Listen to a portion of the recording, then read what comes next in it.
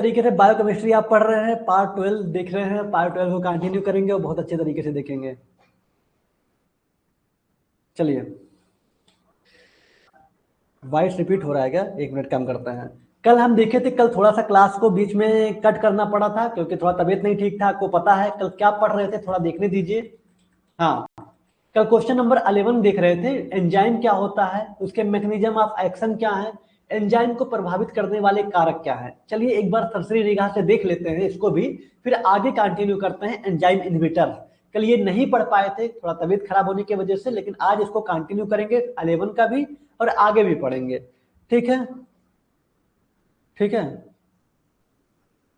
नहीं, पीवाईक्यू वगैरह थोड़ा सा अभी रुका हुआ है, पीवाईक्यू वगैरह रुका हुआ है, कुछ और प्लान किया जा रहा है जो और बेटर होगा। क्योंकि देखिए पीवाईक्यू तो ठीक है, जो हो रहा है होगा, लेकिन अभी कुछ और प्लानिंग चल रही है जैसे ऑब्जेक्टिव की, क्योंकि आपके ऑब्जेक्टिव बहुत इंपॉर्टेंट है। ऑलरेडी टॉप 20 तो आप पढ़ ही रहे हैं, और ऑब्जेक्टिव किसी चीज को 2 बार पढ़िए, इसी को हम रिविजन करवाएंगे यूट्यूब पे एक बार फिर से। और टॉप 20 आएगा, टॉप 20 का मतलब कि सॉरी टॉप 20 तो आ ही रहा है। ऑब्जेक्टिव, ऑब्जेक्टिव में इंपॉर्टेंट क्वेश्चन होंगे, फिल इन द ब्लैंक्स होंगे और बाकी चीजें, जिससे आपके एग्जाम में 20 नंबर जो है वो पासिंग नंबर ला सके, जिससे आपका थ्योरी हो सके। हालांकि देखा जाएगा जैसा होगा, आगे प्लानिंग होगा, देखते हैं। ठीक है। अच्छा कविता जी, आप एक हाउस वाइफ हैं, बहुत अच्छी बात है, बहुत मेहनत कर रही हैं आप। चलिए स्टार्ट करते हैं। तो देखिए एंजाइम के बारे में आपको बेसिक बेसिक सब कुछ समझ में आ गया था कि एक ऐसा मॉलिक्यूल होता है जो मोस्टली प्रोटीन होता है। ठीक है, ये हमारे बॉडी में जो भी बायोकेमिकल रिएक्शन हो रहे होते हैं उसकी दर को फास्ट कर देता है। ठीक है, चाहे हमारा पाचन हो रहा हो, पाचन के फास्ट दर को फास्ट कर देगा जो रिएक्शन हो रहा है। ठीक है, चाहे हम सांस ले रहे हो, कोई एक्टिविटी हमारे बॉडी में हो रही है, उसमें एंजाइम का बहुत बड़ा रोल होता है। ये हमारे बॉडी में रिएक्शन की दर को बढ़ा देता है। ठीक है, अच्छे से पढ़े थे। बाकी mechanism of action, mechanism of action of enzyme में बताए थे कि एंजाइम की जो क्रिया विधि है, कैसे काम करते हैं, 2 बताए थे। एक सबस्ट्रेट जो होता है बाइंड करता है एक्टिव साइट से, सक्रिय साइट से सबस्ट्रेट बाइंडिंग। सबस्ट्रेट मतलब एंजाइम, पर सबस्ट्रेट जो होता है एक मॉलिक्यूल होता है, और एक्टिव साइट जो होता है वो एंजाइम में होता है। बस दोनों बाइंड करते हैं, जैसे ताला चाबी सिद्धांत था, आपको बहुत अच्छे से बताए थे। लॉक एंड की मॉडल डायग्राम बना लीजिएगा। दूसरा बताए थे इंड्यूस फिट मॉडल, जो कि हल्का से एंजाइम अपने साइज को चेंज करता है कि जिससे सबस्ट्रेट मॉलिक्यूल आके बाइंड कर सके और रिजल्ट दे सके, रिएक्शन की दर को बढ़ा सके। ओके, तो दोनों बताए थे। पहला आपका substrate bind to active site, और दूसरा बताए थे रिलीज ऑफ प्रोडक्ट। जो प्रोडक्ट बाइंड हुआ है वो अब रिलीज होगा। कहाँ रिलीज हो रहा है, यहाँ पे देखिए प्रॉपर तरीके से प्रोडक्ट क्या हो रहा है, रिलीज हो रहा है।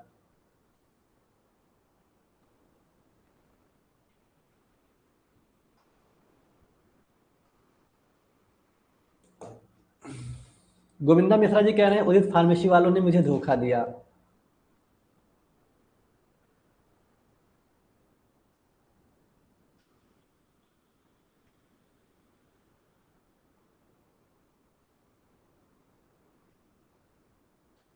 चलिए, जो भी आपकी प्रॉब्लम है उसको हम ग्रुप में सेंड कर देंगे।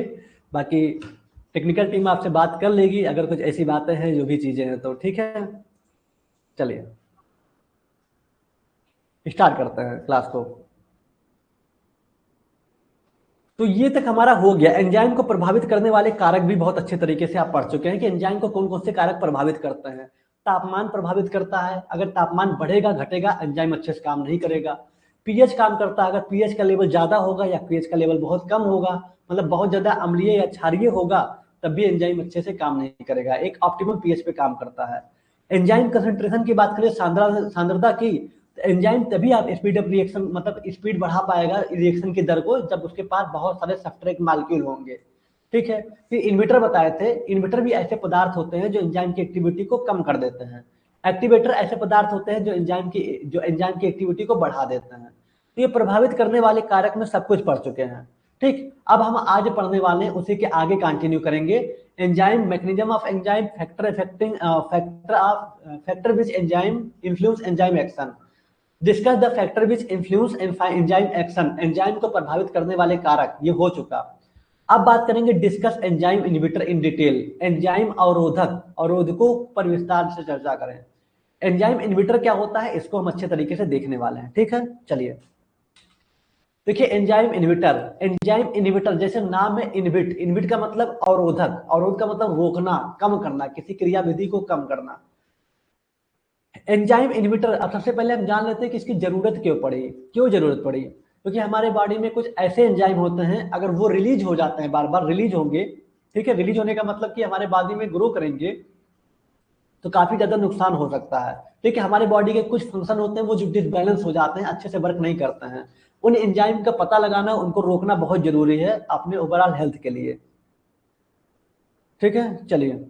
तो enzyme inhibitor are chemical substance which decrease, slow down या completely stop the activity of enzyme. Enzyme inhibitor ऐसे केमिकल पदार्थ होते हैं जो एंजाइम की एक्टिविटी को, एंजाइम की क्रियाविधि को कम कर देते हैं, या बहुत स्लो कर देते हैं, या कंप्लीटली रोक देते हैं। ठीक है, by interfering with enzyme substrate reaction, बिना एंजाइम सब्सट्रेट रिएक्शन के इंटरफेयर के बिना प्रॉपर तरीके से एंजाइम की क्रियाविधि को रोक देंगे या कम कर देंगे। ठीक है, एंजाइम अवरोधक, जिसको एंजाइम इनहिबिटर कहते हैं, रासायनिक पदार्थ होते हैं जो एंजाइम सब्सट्रेट प्रतिक्रिया में हस्तक्षेप करके एंजाइम की गतिविधि को कम, धीमा या पूरी तरह से रोक देते हैं। समझ में आया? बस क्लास जस्ट अभी स्टार्ट हुआ है श्रिया, अभी जस्ट क्लास स्टार्ट हुआ है। चलिए, अब देखिए यहाँ पे थोड़ा समझने की कोशिश करिए, डायग्राम आपको बनाना है। ये आपका क्या है? सब्सट्रेट। सब्सट्रेट मतलब एक मॉलिक्यूल होता है सब्सट्रेट जो एंजाइम के एक्टिव साइड से बाइंड किया। ये आपका इनहिबिटर। ठीक है, ये होता है इनहिबिटर। अब बताइए, ये सब्सट्रेट के जगह पे एंजाइम के एक्टिव साइड से इनहिबिटर बाइंड कर लिया, तब एंजाइम कैसे वर्क करेगा? नहीं करेगा, एंजाइम की क्रियाविधि रुक जाएगी। यही काम इनहिबिटर का है। इनहिबिटर एक ऐसा पदार्थ होता है जो एंजाइम की क्रियाविधि को रोक देता है, खुद जाके इसके एक्टिव साइड से बाइंड हो जाता है। ठीक है, तो ये आपको बहुत अच्छे तरीके से बताना है कि जो सब्सट्रेट मॉलिक्यूल है वो इनहिबिटर है। अब यहाँ पे सब्सट्रेट मॉलिक्यूल नहीं, इनहिबिटर बाइंड कर लिया। अब जब इनहिबिटर बाइंड कर लिया उसकी जगह पे, तो सब्सट्रेट कैसे बाइंड करेगा? इससे एंजाइम की क्रियाविधि जो एक्टिविटी है रुक जाएगी। ठीक है, चलिए। तो एंजाइम इनहिबिटर एक ऐसा केमिकल पदार्थ होता है जो एंजाइम की क्रियाविधि, उसकी एक्टिविटी को कम कर देता है या रोक देता है। हमारे बॉडी में बहुत सारे ऐसे एंजाइम है, अगर वो बढ़ेंगे तो बहुत दिक्कत हो जाता है। जैसे आपका एक एंजियोटेंसिन कन्वर्टिंग एंजाइम, ठीक है, एंटी हाइपरटेंसिव ड्रग में पढ़े होंगे एंजियोटेंसिन कन्वर्टिंग एंजाइम। ठीक है, अगर ये एंजाइम हमारे बॉडी में रिलीज हो जाएगा, बढ़ेगा, तो हमारा बीपी भी बहुत ज्यादा बढ़ता है। ठीक है, अब इस एंजाइम को रोकने के लिए हम इनहिबिटर देते हैं। ठीक है, angiotensin converting enzyme inhibitor. Inhibitor क्या करेगा? इस एंजाइम की एक्टिविटी को रोक देगा, इसकी क्रियाविधि को रोक देगा, धीमा कर देगा, जिससे जो बीपी बढ़ रहा था वो नॉर्मल हो जाएगा। ठीक है, ध्यान दीजिएगा। हाँ बिल्कुल, एसीई इनहिबिटर, उसको शॉर्ट में हम एसीई इनहिबिटर कहते हैं, एंजियोटेंसिन कन्वर्टिंग एंजाइम इनहिबिटर। ठीक है, चलिए। तो ये चीज आप समझ पाए एंजाइम इनहिबिटर के बारे में, कि ये पूरी तरीके से एंजाइम की क्रियाविधि को रोकता है। अब यहाँ पे ये डायग्राम बना लीजिएगा, डायग्राम बहुत जरूरी है। यहाँ पे एक सब्सट्रेट बना लीजिएगा, एक इनहिबिटर। यहाँ पे जो इनहिबिटर होगा वही बाइंड करेगा, सब्सट्रेट नहीं। एंजाइम इनहिबिटर कॉम्प्लेक्स बन जाता है, जिससे एंजाइम की क्रियाविधि रुक जाती है। इतना समझ में आया? इसकी आवश्यकता क्या पड़ी, क्यों जरूरत पड़ा इनहिबिटर का? Control metabolic reaction in the body, हमारे बॉडी में जो बहुत सारे मेटाबॉलिक रिएक्शन होते हैं उनको नियंत्रण करने के लिए। ठीक है, शरीर में उपापचय प्रतिक्रियाओं को नियंत्रण करें। जो बहुत सारे हमारे बॉडी में केमिकल रिएक्शन या मेटाबॉलिक रिएक्शन होते हैं जिसको हम नहीं चाहते हैं, उनको कंट्रोल करने के लिए, नियंत्रण करने के लिए इनहिबिटर बहुत जरूरी है। ठीक है, चलिए। Uses of drug in mainly disease, uses of use as drug, बहुत सारे ड्रग में भी इनहिबिटर को यूज किया जाता है, अलग अलग डिजीज में, अलग अलग रोग में बहुत सारे ड्रग में यूज किया जाता है। जैसे आपका कैप्टोप्रिल, जो कि एसीई इनहिबिटर होता है, जो बीपी को कम करता है, कैप्टोप्रिल। ठीक है, उसके बाद helpful in biochemical research, biochemical research में काफी ज्यादा हेल्पफुल होता है। क्लिनिकल डायग्नोसिस में इंपॉर्टेंट होता है, यूज टू किल या stop growth of micro organism.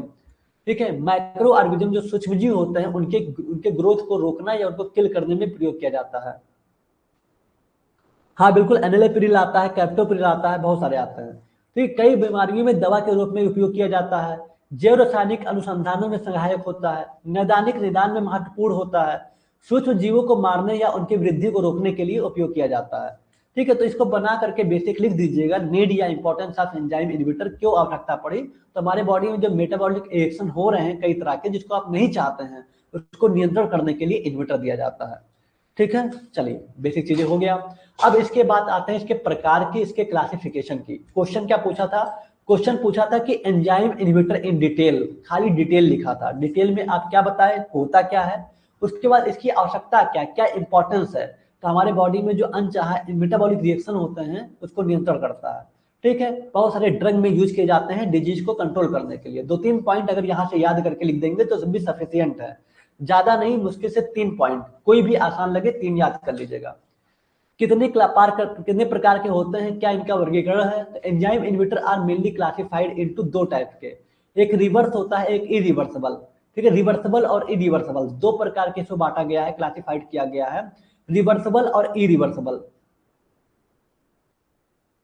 ठीक है, रिवर्सिबल और इरिवर्सिबल एंजाइम ये 2 प्रकार के होते हैं। एंजाइम और उद्योगों का वर्गीकरण, एंजाइम इनहिबिटर को मुख्यतः निम्न रूप से वर्गीकृत किया गया है: प्रतिवर्ती अवरोधक, अप्रतिवर्तीय प्रतिवर्तनीय अवरोधक, अपरिवर्तनीय अवरोधक। ठीक है, रिवर्सिबल इरिवर्सिबल इनहिबिटर्स 2 प्रकार के होते हैं। ठीक है, याद रखिएगा, इनहिबिटर 2 तरह, रिवर्सिबल और इरिवर्सिबल। रिवर्सिबल का मतलब एक बार फिर से रिवर्स हो सकता है, फिर से वो चीजें आ सकती हैं, और लेकिन इरिवर्सिबल मतलब पूरी तरीके से एंजाइम की एक्टिविटी को रोका जा सकता है।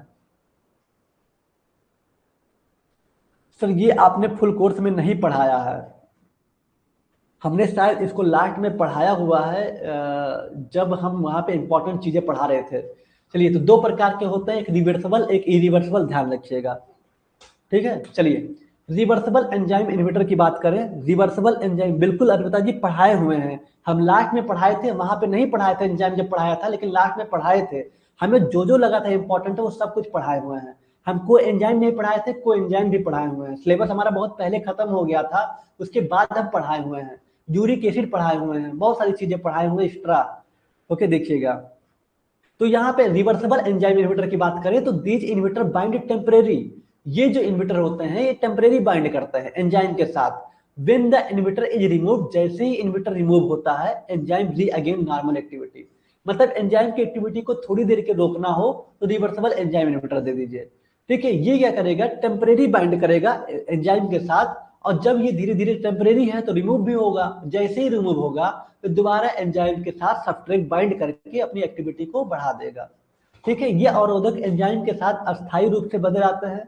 जब अवरोधक हटा दिया जाता है तो एंजाइम अपनी सामान्य गतिविधि प्राप्त कर लेते हैं। ठीक है, तो ये टेम्परेरी रूप से अस्थायी नहीं, अस्थायी टेम्परेरी रूप से बाइंड करते हैं, और जैसे ही हटते हैं वैसे फिर से सब्सट्रेट मॉलिक्यूल बाइंड कर लेते हैं। ठीक है, अब ये जो रिवर्सिबल है ये 2 टाइप्स के होते हैं। ये जो रिवर्सिबल होते हैं 2 टाइप्स के होते हैं, ध्यान दीजिएगा। क्लासिफिकेशन ऑफ एंजाइम इनहिबिटर, एक रिवर्सिबल, रिवर्सिबल का मतलब फिर से जो रिवर्स हो सके, प्रतिवर्ती, फिर से वो एक जैसा हो सके। तो एंजाइम की एक्टिविटी को अगर कुछ देर रोकना हो तो यहाँ पे एंजाइम के इनहिबिटर होते हैं, ये टेम्परेरी बाइंड तो करेंगे। एंजाइम के एक्टिव साइट जो है, ये एंजाइम का जो एक्टिव साइट है ये क्या है, ये एक्टिव साइट है। एक्टिव साइट से बाइंड तो करेंगे, एक्टिव साइट से बाइंड तो किए, लेकिन ये टेम्परेरी है, कुछ देर बाद हट जाएंगे, जैसे हटेंगे वैसे ये जो इन्वर्टर वो आके इंटर कर लेगा। ठीक है, चलिए, तो यहाँ पे देखिए 2 प्रकार के होते हैं, एक रिवर्सिबल एक रिवर्सिबल इन्वर्टर 2 प्रकार के हैं, कम्पिटेटिव और नॉन कम्पिटेटिव। समझ में आ रहा है ना? पहले आपको बताया इन्वर्टर 2 प्रकार के होते हैं, 2 भागों में बांटा गया, एक रिवर्सिबल एक नॉन रिवर्सिबल। रिवर्सिबल 2 टाइप्स के होते हैं, कम्पिटेटिव, नॉन कम्पिटेटिव। ठीक है, प्रतिस्पर्धी और गैर प्रतिस्पर्धी, कम्पिटेटिव और नॉन कम्पिटेटिव इन्हिबिशन। अब देखते हैं कम्पिटेटिव क्या होता है।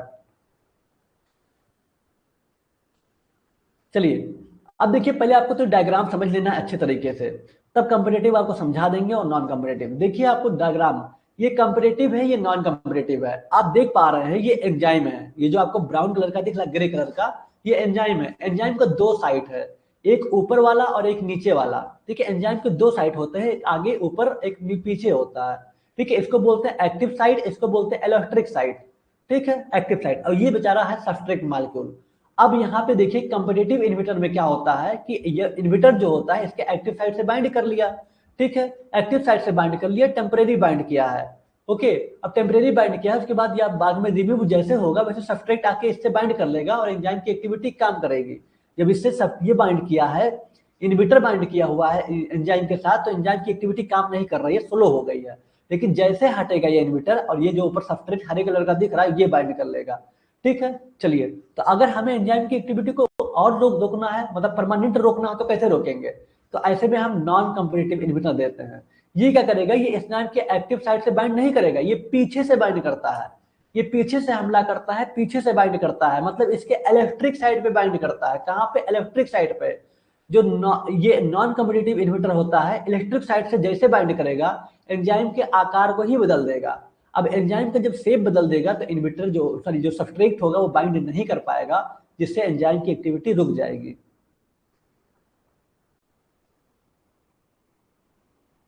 ठीक है, चलिए समझ में आया? तो बहुत इजी है, बहुत बेसिक है। दो तरह का, एक कम्पिटिटिव, एक non competitive. Competitive inhibition occur when the inverter competes with the substrate for the same active site of enzyme। Competitive inverter पाया जाता है व्हेन द इन्वर्टर कंपेट्स, मतलब जो इन्वर्टर होता है प्रतिस्पर्धा करता है, लड़ाई करना चाहता है किसके साथ? सबस्ट्रेट के साथ। ठीक है, for the same active site of enzyme, enzyme के एक एक्टिव साइट के लिए। यहाँ देखिए जो एक एक्टिव साइट यहाँ पे एंजाइम का है, तो यहाँ के इन्वर्टर और सबस्ट्रेट दोनों आपस में लड़ाई करते हैं।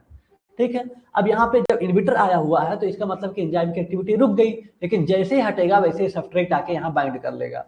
ओके, यही बात कहना चाह रहा है कि प्रतिस्पर्धा अवरोधक तब होता है जब इन्वर्टर एंजाइम की समान सक्रिय साइट के लिए सबस्ट्रेट के साथ प्रतिस्पर्धा करता है। ओके, चलिए, तो आपको कंपेटिटिव समझ में आया? दो तरह के होते हैं, ध्यान दीजिएगा, एक कंपेटिटिव, एक नॉन कंपेटिटिव। कंपेटिटिव में हम ये बताए हैं कि कंपेटिटिव इन्वर्टर में होता है ये एक टेम्परेरी बाइंड करता है। जो इसका कौन साइट होता है? Active site. एक्टिव साइट से बाइंड तो किया है, लेकिन जैसे हटेगा वैसे सबस्ट्रेट आके बाइंड कर लेगा। ठीक है, जब एक्टिव साइट से इन्वर्टर बाइंड किया है तो इन्वर्टर का एक्टिविटी स्लो हो गया, लेकिन जैसे ये हटेगा वैसे सबस्ट्रेट बाइंड कर लेगा, फिर एंजाइम की एक्टिविटी स्टार्ट हो जाएगी। लेकिन नॉन कम्पिटिटिव में क्या होता है, ये जो आपका इन्वर्टर होता है ये इसके एक्टिव साइड से बाइंड नहीं करेगा, ये पीछे से इलेक्ट्रिक साइड पे बाइंड करता है। और इलेक्ट्रिक साइड पे जब बाइंड करेगा तो एंजाइम की एक्टिविटी, एंजाइम का जो फिगर है, एंजाइम का जो डायग्राम है, आकार है, ये बदल जाएगा। और जब एंजाइम का आकार बदल जाएगा तो बताइए कैसे बाइंड करेगा? बाइंड ही नहीं कर पाएगा, क्योंकि इसका आकार ही बदल गया, कहाँ से बाइंड करेगा? तो ये होता है नॉन कम्पिटिटिव, ये पूरी तरीके से इसके इफेक्ट रुक जाते हैं। ठीक है, चलिए आगे बढ़ते हैं। एग्जाम्पल में देखिए, ये कंपेटिटिव के एग्जाम्पल, सल्फोनामाइड। सल्फोनामाइड आप ड्रग पढ़े होंगे, ये क्या करता है? बैक्टीरियल के फोलिक एसिड सिंथेसिस को रोक देता है। बैक्टीरियल के फोलिक एसिड जो सिंथेसिस करते हैं बैक्टीरिया अपने आप को ग्रो करने के लिए, उनको इनहिबिट कर देता है, रोक देता है। ठीक, clinical significance, useful in controlling bacterial infection. Bacterial infection को नियंत्रण करने के लिए इसका यूज किया जाता है। ओके सर, आधी क्लास खत्म हो जाती है तब नोटिफिकेशन आता है, क्यों सर? ऐसा ही आएगा, एग्जाम आने तक पूरी क्लास एंड हो जाएगी तब नोटिफिकेशन आएगा क्या सर? सना खान जी कह रही है क्लास एंड हो जाएगा तब आएगा। देखिए, क्लास का नोटिफिकेशन डिपेंड करता है आपके कनेक्टिविटी पे। जितना अच्छा कनेक्टिविटी होता है उतना जल्दी आ जाता है। कभी कभी क्या होता है, कनेक्टिविटी पे भी नहीं आता है तो लेट में आ जाता है, इसलिए नोटिफिकेशन हम कहेंगे फोकस ना करके शेड्यूल देख लिया करिए कि क्लास का शेड्यूल कब कब है। जैसे ऐप ओपन करेंगे, आप नीचे स्क्रॉल करेंगे कोर्सेज में जाके, शेड्यूल दिख जाएगा कि कौन सी क्लास किस समय है। ठीक है, ध्यान रखिएगा। हमारे में वैसे तुरंत आ जाता है नोटिफिकेशन।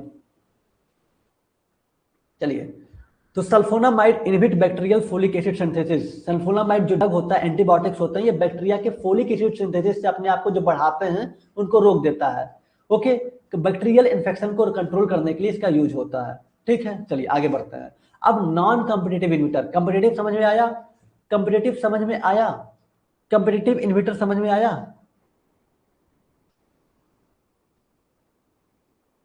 कम्पिटिटिव इन्वर्टर समझ में आया?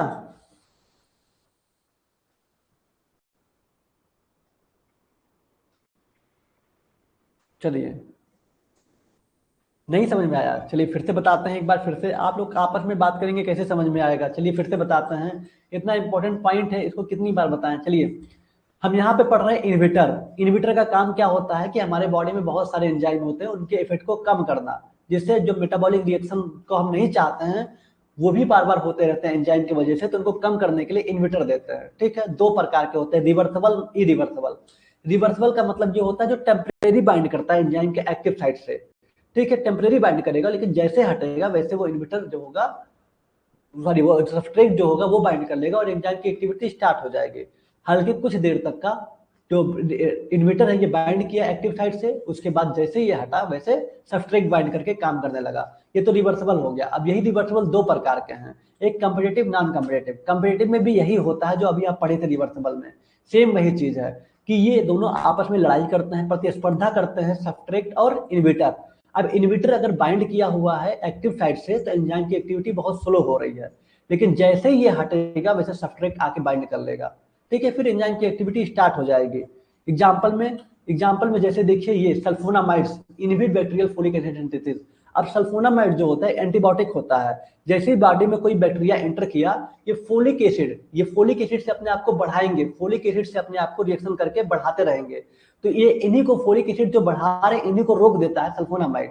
अब मान लीजिए आप सल्फोनामाइड एक दिन खाए कोई ड्रग, उसके बाद दूसरे दिन नहीं खाए, तब क्या हो जाएगा, तब ये जो फोलिक एसिड बैक्टीरिया बढ़ा रहे हैं ना, फिर ये समझ जाएंगे कि सल्फोनामाइड किस कैटेगरी का ड्रग है और बहुत तेजी से अपने आप को ग्रो करने लगेंगे। इसीलिए एंटीबायोटिक्स का एक डोज होता है जिसे प्रॉपर तरीके से किल कर ले जाए, ठीक है। चलिए, अब ये बैक्टीरियल इन्फेक्शन को नियंत्रण करने के लिए बहुत जरूरी होते हैं सल्फोनामाइड्स।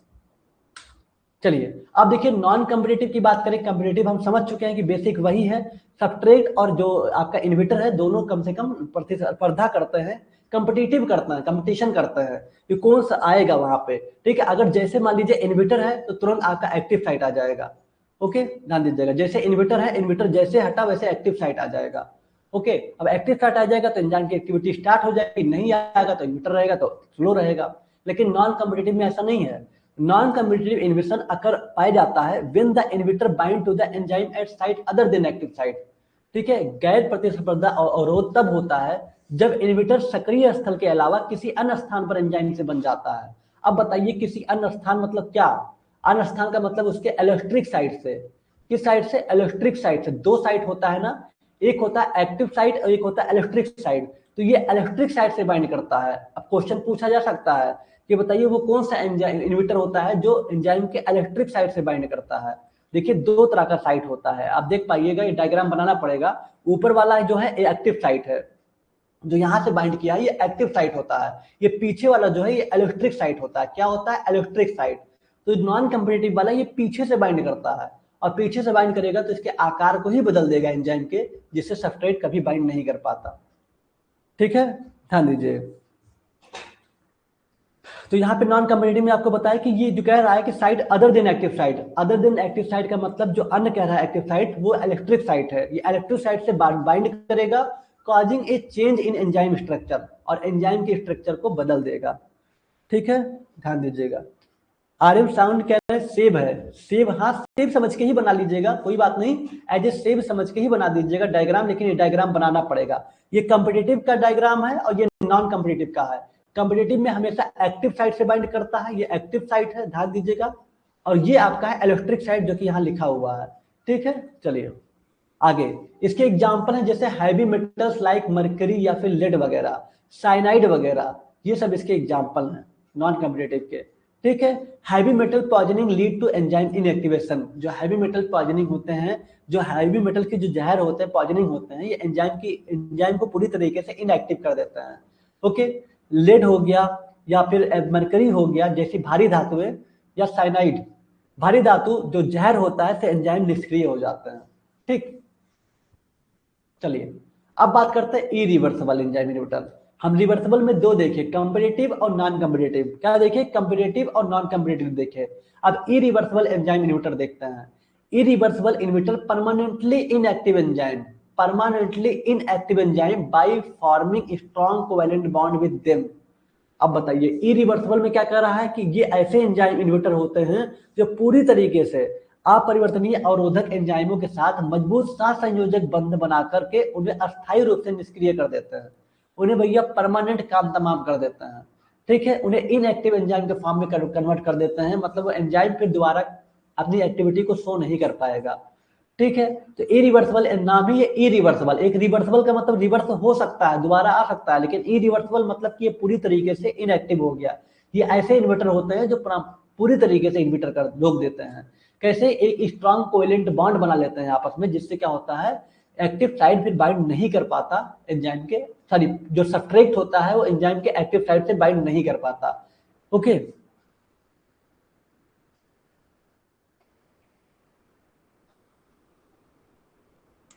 अवधेश जी कहते सर नॉन कम्पिटिटिव से पापा की याद आ गई, कई बार इनविट करते थे, दोबारा रिएक्शन नहीं होती थी हम लोगों की। हाँ कई बार इनविट करते थे, दोबारा रिएक्शन नहीं होती थी हम लोगों की। अच्छा चलिए कोई बात नहीं, किसी तरह से भी समझ सकते हैं, पापा से, दोस्त से, जैसा भी समझना है इसको आप समझ सकते हैं। ठीक है चलिए, इरिवर्सिबल एंजाइम इनहिबिटर आपको समझ में आ गया, नाम है इरिवर्सिबल। इरिवर्सिबल में आपको बस इतना ध्यान देना है कि परमानेंटली एंजाइम की एक्टिविटी को रोक देता है ये। ठीक है चलिए, एग्जांपल में आर्गेनोफॉस्फेट, आर्गेनोफॉस्फेट इनहिबिट कर देता है एसिटाइल कोलिनेस्टरेज एंजाइम को, एसिटिल कोलिनेस्टरेज एंजाइम को आर्गेनोफॉस्फेट इनहिबिट कर देता है। ऐसे पेंसिलिन, पेंसिलिन जो एंटीबायोटिक्स होता है, ये बैक्टीरिया के सेल बैक्टीरियल सेल एंजाइम को रोक देता है। ठीक है, जो एस्प्रिन होता है, aspirin non steroidal anti inflammatory drug में ये इरिवर्सिबल इनहिबिटर होता है। जो ये कॉक्स होते हैं, कॉक्स, ठीक, कॉक्स एंजाइम साइक्लोऑक्सीजिनेज, कॉक्स को क्या करता है, ये इनहिबिट कर देता है, रोक देता है। तो यहाँ पे 2-3 एग्जांपल है, आप आराम से 2 या 1 पढ़ के अच्छे से कर सकते हैं। ठीक है चलिए, कितना ध्यान दिए, अब आगे पढ़ते हैं, उसको देखते हैं। हाँ, ये डायग्राम आपको बनाना है। देखिए कंपेटिटिव नॉन कंपेटिटिव में वो वाला डायग्राम बनाना है, कंपेटिटिव नॉन कंपेटिटिव में ये वाला डायग्राम बनाना है, और यहाँ पे जो आपका इरिवर्सिबल वाला है, इसमें आपको ये बनाना है। ये एंजाइम हो गया, ये सब्सट्रेट हो गया एलो वाला। ठीक है, अब देखिए इरिवर्सिबल क्या करेगा, इरिवर्सिबल इसका ऐसा बॉन्ड बनाएगा, देखिए यहाँ पे बाइंड किया, इसके एक्टिव साइट से नहीं, यहाँ बाइंड कर लिया, जिससे कोवेलेंट बॉन्ड बनाकर जब यहाँ बाइंड करेगा तो एंजाइम को पूरी तरीके से इसकी एक्टिविटी को रोक देगा, उसके बाद फिर सब्सट्रेट बाइंड नहीं कर पाएगा। ठीक है, ये इरिवर्सिबल इनहिबिटर होते हैं, ध्यान रखिएगा। चलिए अच्छी बात है, सुमित जी आ गया। तो बस यही आपका था, इससे पूरा क्वेश्चन कंप्लीट हो गया। और क्या था ही क्वेश्चन में, ठीक है, आपसे पूछा ही क्या था, आपसे पूछा क्या था, एंजाइम पूछा था, एंजाइम को मैकेनिज्म क्या, एक्शन क्या है, जिसमें आप ताला चाबी सिद्धांत बता दिए, इंड्यूस फिट मॉडल बता दिए, प्रभावित करने वाले कारक बता दिए, उसके बाद एंजाइम इनहिबिटर के बारे में बता दिए। अब ये पूरा क्वेश्चन 11 कंप्लीट हो गया। ठीक है, एंजाइम इनहिबिटर क्या होता है, इसकी आवश्यकता क्या पड़ी, इसका क्लासिफिकेशन रिवर्सिबल इरिवर्सिबल होता है। रिवर्सिबल भी 2 प्रकार के होते हैं, कंपेटिटिव नॉन कंपेटिटिव। ठीक है, ये कंपेटिटिव नॉन कंपेटिटिव होते हैं, जिसको आप अच्छे से समझ चुके हैं। और जो इरिवर्सिबल होता है वो आप जान लिए कि परमानेंटली क्या कर देता है, एंजाइम की एक्टिविटी को रोक देता है। ठीक है चलिए, तो हमारा क्वेश्चन नंबर 11 खत्म। अब 12 क्वेश्चन क्या कह रहा है, आइए देखते हैं। 12 question, application of biotechnology in pharmacy. Pharmacy में कह रहा है कि फार्मेसी में बायोटेक्नोलॉजी का क्या यूज है, फार्मेसी में बायोटेक्नोलॉजी का क्या यूज है, इसको देखते हैं। ठीक है, फार्मेसी में बायोटेक्नोलॉजी का क्या यूज है ये देखते हैं, ये भी इंपॉर्टेंट है।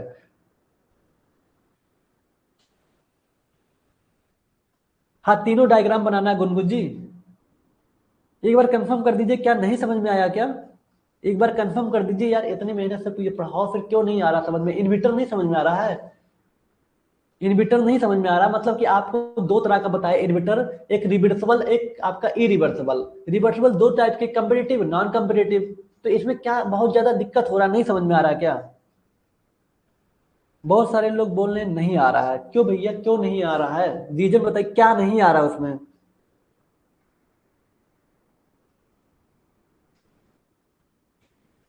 चलिए ऐसे नहीं आएगा यार, तो फिर तो हम डिमोटिवेट हो जाएंगे कि इसके मतलब कुछ ना कुछ कमी रही है तभी तो नहीं आया, या तो फिर हो सकता है कि आप पहली बार पढ़ रहे हो चीजों को, हो सकता है कि नहीं आप इसको कैप्चर कर पा रहे हो। लेकिन बहुत इजी टॉपिक है, अगर आप एक बार 2 बार पढ़ेंगे अच्छे से एकदम फ्री माइंड से, तो आपको समझ में आ जाएगा। ठीक है, क्या होता है इनहिबिटर, इसको आप देख पाए, इसमें 2 प्रकार खाली बताए हैं, वो भी बहुत छोटा बताया है, देखिएगा जरूर समझ में आएगा, अच्छे से आ जाएगा। ठीक है चलिए, अब देखिए बायो फार्मेसी में बायोटेक्नोलॉजी का क्या यूज है, आइए देखते हैं।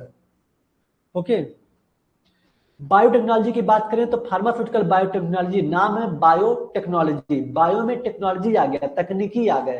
ठीक है, तो बायोटेक्नोलॉजी का यूज किया जाता है लिविंग ऑर्गेनिज्म, जो जीवित जीव होते हैं, जीवित जो जीव होते हैं उनको, उनका प्रयोग किया जाता है, कोशिकाओं का यूज किया जाता है, और बायोलॉजिकल सिस्टम का यूज किया जाता है, develop medicine treatment of heart disease.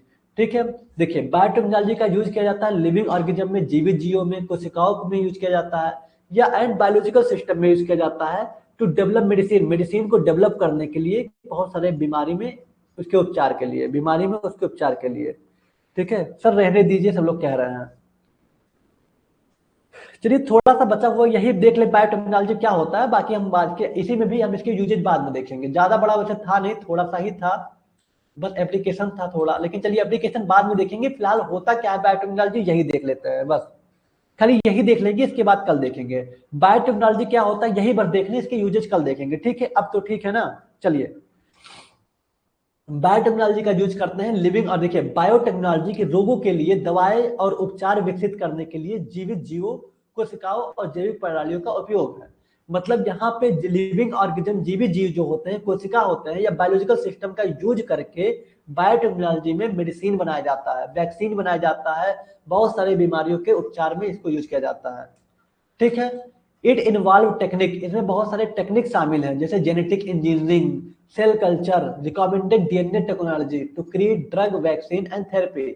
इनमें दवाएं, टीके और उपचार बनाने के लिए जेनेटिक इंजीनियरिंग, सेल कल्चर और पुनः संयोजक डीएनए जैसी तकनीकें शामिल हैं। ठीक है, अब ये जेनेटिक इंजीनियरिंग जहाँ पे जीन को मॉडिफाई किया जाता है, ठीक है, रिकमेंडेड डीएनए जहाँ पे डीएनए को पूरी तरीके से तोड़ के फिर उसको मॉडिफाई किया जाता है।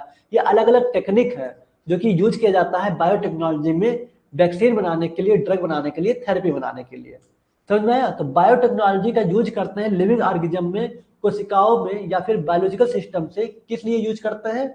दवा बनाने के लिए, बहुत सारे बीमारियों के उपचार करने के लिए। ठीक है, इनमें कई सारे टेक्निक हैं, genetic engineering, cell culture, recommended DNA technology, इसी सब का यूज करके दवा, वैक्सीन और थेरेपी बनाया जाता है। ठीक है, चलिए फॉर एग्जाम्पल की बात करें, जैसे insulin for diabetes, insulin for diabetes, diabetes के लिए जो इंसुलिन है produce using genetically modified bacteria, ये जेनेटिकली मॉडिफाइड बैक्टीरिया से ही प्रोड्यूस किया गया है, जेनेटिकली मॉडिफाइड बैक्टीरिया का यूज करके प्रोड्यूस किया गया है इंसुलिन। ठीक है, इंसुलिन वैक्सीन लाइक mRNA कोविड-19 वैक्सीन, जो कोविड-19 का वैक्सीन था, mRNA कोविड-19 वैक्सीन, यहाँ भी बायोटेक्नोलॉजी का यूज हुआ है।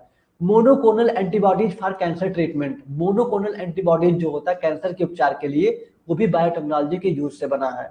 मधुमेह मतलब डायबिटीज के लिए इंसुलिन आनुवांशिक रूप से संशोधित बैक्टीरिया का उपयोग करके उत्पादित mRNA कोविड-19 टीके जैसे टीके, या कैंसर के उपचार के लिए मोनोकोनल एंटीबॉडीज, ये सब किसमें? बायोटेक्नोलॉजी का यूज करके यहाँ पे लाया गया है।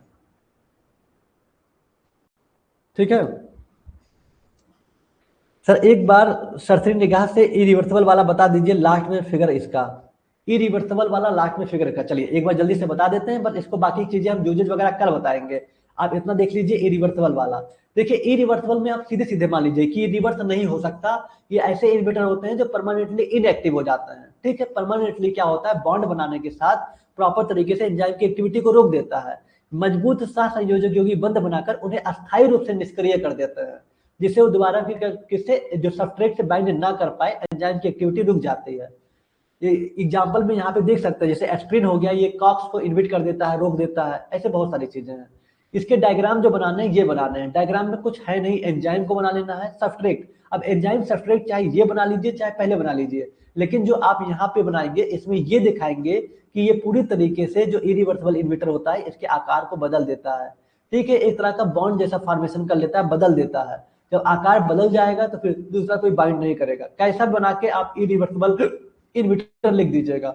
ठीक है, इरिवर्सिबल इन्वर्टर लिख दीजिएगा, सही हो जाएगा। ठीक है, चलिए तो ये आप बायोटेक्नोलॉजी के बारे में, इन्वर्टर के बारे में देखिए। अब इसका कल हम एप्लीकेशन बताएंगे, या थोड़ा सा है यार एप्लीकेशन भी देख लेते हैं, इसको हम पीवाईक्यू में करा चुके हैं। ठीक है, थोड़ा सा है एप्लीकेशन देख लेते हैं, उसके बाद हम नेक्स्ट क्वेश्चन ही फ्रेश करेंगे ना, ज्यादा अच्छा लगेगा। देखिए बायोटेक्नोलॉजी का फार्मेसी में क्या यूज है ना, प्रोडक्शन ऑफ बायोफार्मास्यूटिक्स, फार्मास्यूटिक्स के प्रोडक्शन में जाना जाता है। जैसे biotechnology help in making medicine using living cell, living जीवित कोशिकाओं का यूज करके बायोटेक्नोलॉजी मेडिसिन बनाने में मदद करता है। जैव प्रौद्योगिकी जीवित कोशिकाओं बायोफार्मास्यूटिकल्स का उपयोग करके दवाई बनाने में मदद करती है। बायोटेक्नोलॉजी मदद करती है मेडिसिन बनाने में लिविंग सेल का यूज करके, और इसी को बोलते हैं बायोफार्मास्यूटिकल्स। ठीक है, जीवित कोशिकाओं का यूज करके बायोटेक्नोलॉजी में मेडिसिन बनाया जाता है, इसी को बायोफार्मास्यूटिकल्स कहते हैं। ठीक, दूसरा एग्जाम्पल में जैसे इंसुलिन हो गया, ह्यूमन ग्रोथ हो गया, हार्मोन्स हो गया, ये मेडिसिन जो होते हैं काफी प्योर होते हैं, काफी सेफ होते हैं, काफी इफेक्टिव होते हैं। इंसुलिन, मानव विकास और हार्मोन, ये दवाएं अधिक शुद्ध, सुरक्षित और प्रभावी होते हैं। ठीक, दूसरा वैक्सीन डेवलपमेंट, सेकंड आपका क्या है, वैक्सीन डेवलपमेंट, कि biotechnology allow the creation of modern vaccine like mRNA vaccine. Biotechnology allow करता है मॉडर्न वैक्सीन बनाने के लिए, जैसे mRNA कोविड-19 के लिए वैक्सीन था, कोविड-19 वैक्सीन जैसे फाइजर। ठीक है, तो ये सब वैक्सीन डेवलप करने के लिए बहुत इजी होता है, बायोटेक्नोलॉजी से करते हैं। ठीक है, तो पहला आपका, दूसरा हो गया, पहला आपका बायोफार्मास्यूटिकल्स, जहाँ से मतलब लिविंग कोशिकाओं का यूज करके मेडिसिन बनाया जाता है, उसी को बोलते हैं। दूसरा वैक्सीन बनाया जाता है, किससे? बायोटेक्नोलॉजी से। आप लिख सकते हैं कोविड-19 वैक्सीन, जो काफी faster production, better targeting, fever side effect, तेज उत्पादन, बेहतर लक्ष्यीकरण और कम दुष्प्रभाव। ठीक, चलिए बस हो गया आपका, पूरी तरीके से आपका ये खत्म। ओके, हाँ बिल्कुल सलाहकार, फुल कोर्स में पढ़ने के बहुत फायदे हैं। बायोकेमिस्ट्री सर ने बिल्कुल, बायोकेमिस्ट्री हमने फुल कोर्स में बहुत अच्छे से पढ़ा दिया, यहाँ भी पूरी कोशिश है कि अच्छे से ही पढ़ाए, तो थोड़ा समझने की कोशिश करिएगा, जरूर समझ में आएगा। तो अब हमारा ये पूरी क्वेश्चन खत्म हो गया बायोटेक्नोलॉजी वाला। फिर से एक बार सरसरी निगाह से देख लेते हैं जल्दी से। देखिए, बायो और टेक्नोलॉजी, टेक्नोलॉजी का मतलब तकनीकी, जीवित कोशिकाएं या कोशिकाओं या फिर बायोलॉजिकल सिस्टम का यूज करके बायोटेक्नोलॉजी में दवा बनाया जाता है, अलग अलग थेरेपी बनाई जाती है। ठीक है, अब इसमें बहुत सारे टेक्निक शामिल हैं, जैसे जेनेटिक इंजीनियरिंग हो गया, सेल कल्चर हो गया, ठीक है, या रिकमेंडेड डीएनए टेक्नोलॉजी। इन सब टेक्निक का यूज करके दवा, वैक्सीन, थेरेपी, अलग अलग बहुत सारी चीजें बनाई जाती हैं। ठीक है, एग्जाम्पल में जैसे इंसुलिन के लिए, डायबिटीज के लिए इंसुलिन, तो जो इंसुलिन इंजेक्शन आया वो बैक्टीरिया को मॉडिफाई करके ही बनाया गया था। कोविड-19 वैक्सीन वायरस को मॉडिफाई करके या उसको रिसर्च करके ही बनाया गया था। mRNA जो वैक्सीन था, कोविड-19 वैक्सीन, उसी को कहीं ना कहीं वायरस को मॉडिफाई करके ही बनाया गया था। कैंसर के उपचार के लिए मोनोक्लोनल एंटीबॉडीज को ही बनाया गया था बायोटेक्नोलॉजी से। ठीक है, बस इसके यूजेस क्या हैं? वही चीज है जो जीवित कोशिकाओं से मेडिसिन बनाने की जो प्रक्रिया है बायोटेक्नोलॉजी से, उसको बायोफार्मास्यूटिकल्स कहते हैं। पहला यूजर बता सकते हैं। दूसरा, इसमें एग्जाम्पल में इंसुलिन हो गया, हार्मोन्स के टैबलेट या ह्यूमन ग्रोथ के जो आते हैं मेडिसिन, ये सारे किसमें बनाए जाते हैं? बायोटेक्नोलॉजी में। दूसरा, वैक्सीन, तो मॉडर्न जो बायोटेक्नोलॉजी का यूज करके वैक्सीन बनाया जाता है, ठीक है, जो कि काफी ज्यादा तेज उत्पादन, फास्टर प्रोडक्शन, बेटर टारगेटिंग, कम साइड इफेक्ट के होते हैं। बस हो गया। अब 13वां क्वेश्चन आपका क्या है, इसको कल पढ़ाएंगे, kidney, liver and lipid profile test. ठीक, किडनी फंक्शन टेस्ट मतलब KFT और LFT और आपका LPT। ठीक है, अब बताइए ये आपके कितना इजी क्वेश्चन हो गया 13वां भी।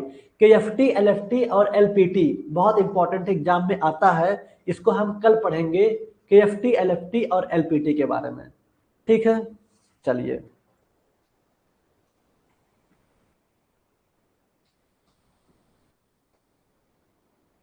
चलिए, बहुत अच्छी बात है, तो इसको हम कल पढ़ेंगे बहुत अच्छे तरीके से। ठीक है, चलिए।